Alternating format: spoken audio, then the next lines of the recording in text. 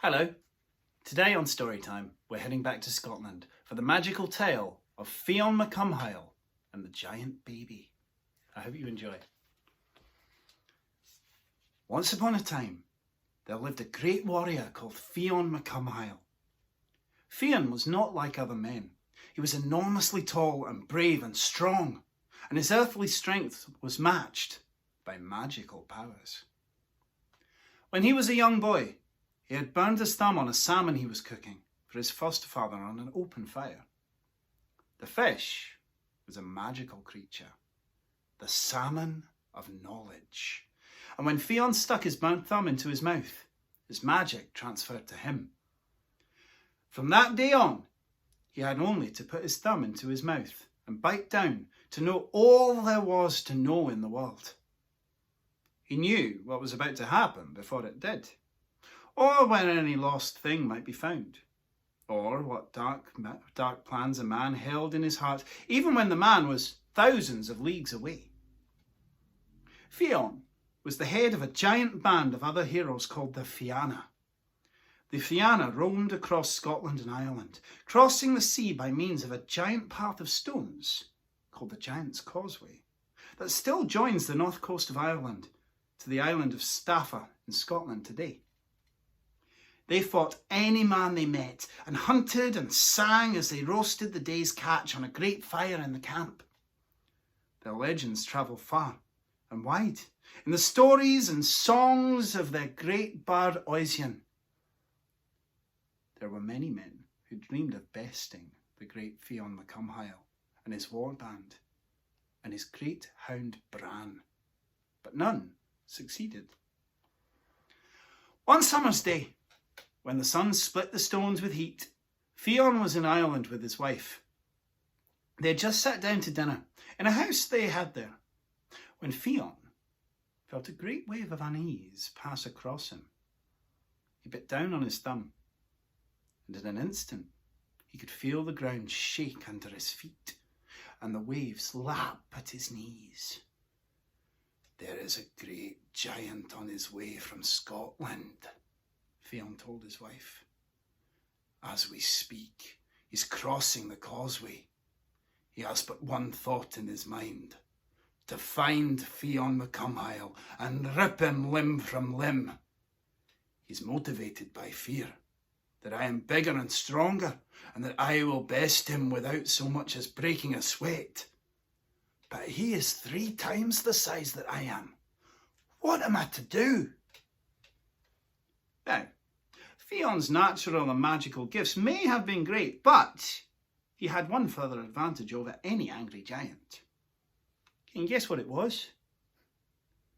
It was his wife. If Fionn was clever, his wife was 3 times cleverer. If he were tricksy, she was trixier by far. And if Fionn was brave, she was braver than her husband and all the Fianna put together. "Go outside," she said, "and come back when you see the giant coming. I'll ready everything in here." Fionn went out, and he saw the sunny day had grown dark, as though storm clouds had covered the sun. He ran up a hill nearby and scanned the horizon on every side. Then he saw what had crossed the darkening of the sky. The Scottish giant was walking from the west, and he was so tall and so broad that he had blotted out the sun. The very earth shook as he walked. Fionn turned and ran. Back in the house, Fionn saw that his wife had brought a cradle from the sleeping floor into the middle of the great hall. She held out a fluffy knitted blanket and a white bonnet of her own. "The giant is right behind me," he cried. "What are you doing with that cradle? Where's my armour? Where's my shield?" "Calm yourself, MacCumhaill," said the wife. "Put on this bonnet and let me wrap you in this blanket. Then climb into the cradle and close your eyes. I'll handle the giant." Fionn opened his mouth to object, but then he heard a dreadful knock at the door and decided to trust his wife. He let her bundle him into the blanket and squeezed himself into the cradle. Then he jammed the bonnet onto his head and pretended to be asleep. Fionn's wife sat down with her weaving loom and beckoned to a serving girl to open the door. "Welcome," she called to the Scottish giant. "Do come in." The giant bent almost double and turned sideways to fit in through the door. "Never mind your welcome, woman," growled the giant. "I've come for Fionn MacCumhaill. Where is he?" "Shh," said Fionn's wife, and she put her finger to her lips. "I've just got me baby off to sleep. Please, don't wake him." The giant looked shamefaced. "Sorry," he said in a whisper that would carry across at least 3 countries. "Where is Fionn?" "Oh, he's gone to France," said Fionn's wife, "to fetch me some silken threads to weave a belt. He left this morning, he won't be back till evening." "Evening," said the giant. "Tonight." Inwardly, he was thinking, what sort of a man can make it to France and back in one day on foot? Fionn MacCumhaill must truly be the giant everyone says he is.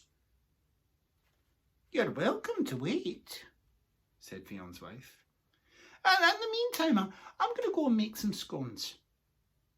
Sit down at the table and take off your boots. You've come a long way." Fionn's wife made great scones, the size of millstones. When she rolled the giant's scone, she pressed great rocks into the dough. She cooked it on the griddle and slid it off onto the table in front of him. The giant bit into it and howled as he crunched right into a stone and chipped great pieces out of his enormous teeth. "Oh, the stones don't hurt you, do they?" asked Fionn's wife. "Fionn always loves to crunch the stones. His teeth are so strong." She gave the sort of giggle she imagined a silly woman might. No, not at all," said the giant, although he winced and rubbed his teeth. "How old is the baby?" he asked politely, and nodded to the cradle. 8 weeks, said Fionn's wife. "Come and meet him." The giant tiptoed across to the cradle, the house shaking with every step. "He's also called Fionn," said Fionn's wife proudly. "What a fine lad," said the giant. So big. 8 weeks old, you say? So, no teeth yet?" He stuck his finger into Fionn's mouth, and Fionn bit down on it as hard as he could. The giant jumped 6 feet into the air and howled as he hit his head on the roof. He cradled his bloody thumb in the other hand. I'll tell you this, woman, if that's the baby, I don't want to meet the father. Thank you for the scone. It's been a pleasure." The giant turned on his heel and ran out the house as fast as his legs would carry him. Fionn leapt out of the cradle and ran to the door. He caught the barest of glimpses of the Scottish giant, disappearing over the mountains in his speed to get home. The Scottish giant never returned. He'd met his match in Fionn MacCumhaill's wife. I hope you enjoyed that one. That is one of my favourites. So remember, if anyone ever tells you off for sucking your thumb, magical powers. I'll see you soon for more story time with me, Mr. Westgate. Take care.